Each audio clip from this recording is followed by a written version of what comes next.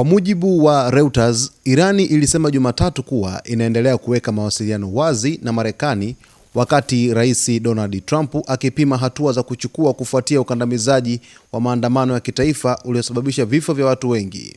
Maandamano hayo yalichukuliwa kuwa changamoto kubwa zaidi kwa utawala wa kidini tangu mapinduzi ya Kiislamu ya mwaka 1979.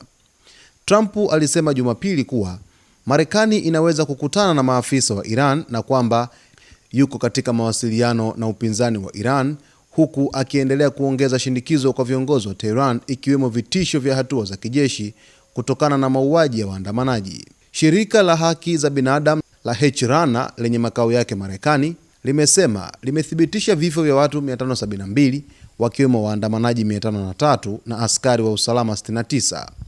Pia watu 10,694 wamekamatwa tangu maandamano ya anze Disemba 28 na kuenea kote nchini.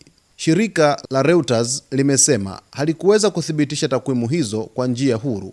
Mtiririko wa taarifa kutoka Iran umeathiriwa vibaya kutokana na kuzimwa kwa intaneti tangu Alhamis.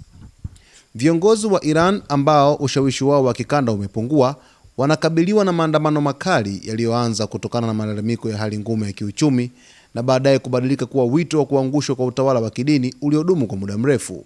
Hata hivyo, licha ya ukubwa maandamano, hakuna dalili za mgawanyiko ndani ya uongozi wa kidini wa Kishiha, jeshi au vyombo vya usalama. Pia waandamanaji hawana uongozi wa pamoja na upinzani umegawanyika. Katika video zilizothibitishwa, raia wa Iran walionekana wakikusanyika katika kituo cha uchunguzi wa miili cha Karizak mjini Tehran Jumapili, wakiwa wamesimama juu ya safu za mifuko ya miili yenye rangi nyeusi. Irani haijatoa idadi rasmi ya vifo, lakini inailaumu Marekani kwa kuingilia mambo ya ndani pamoja na kile inachokiita magaidi wanaoungwa mkono na Marekani na Israel.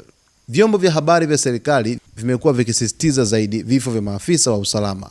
Wizara ya ujasusi ya Iran ilisema Jumatatu kuwa imekamata makundi ya kigaidi yanayohusiana na vitendo kama kuua wanamgambo na kujitolea wanaunga mkono utawala wa kidini, kuchoma misikiti na kushambulia maeneo ya kijeshi, ikiwa kwa mujibu wa taarifa ya vyombo vya habari vya serikali. Msemaji wa Wizara ya Mambo ya Nje ya Iran, Esmail Bagei, alisema kuwa ujumbe unaokinzana kutoka Marekani unaonyesha kutokuwa na umakini, lakini akasema mawasiliano bado yanaendelea. Basi mtazamaji wetu, hadi kufikia hivi sasa Irani imetoa taarifa kwa kusema kwamba inaendelea kuweka mawasiliano wazi na Marekani, na wakati Trump akipima hatua za kuchukua kufuatia ukandamizaji wa maandamano ya kitaifa nchini Iran, kwamba je, ni kweli serikali iliweza kutumia nguvu dhidi ya waandamanaji au nini ambacho kiliweza kutokea kufuatia sakata hili. Basi mtazamaji wetu, usiache kuwa karibu nasi wakati wote kwa kusubscribe channel yetu, kulike, kucomment pamoja na kushare.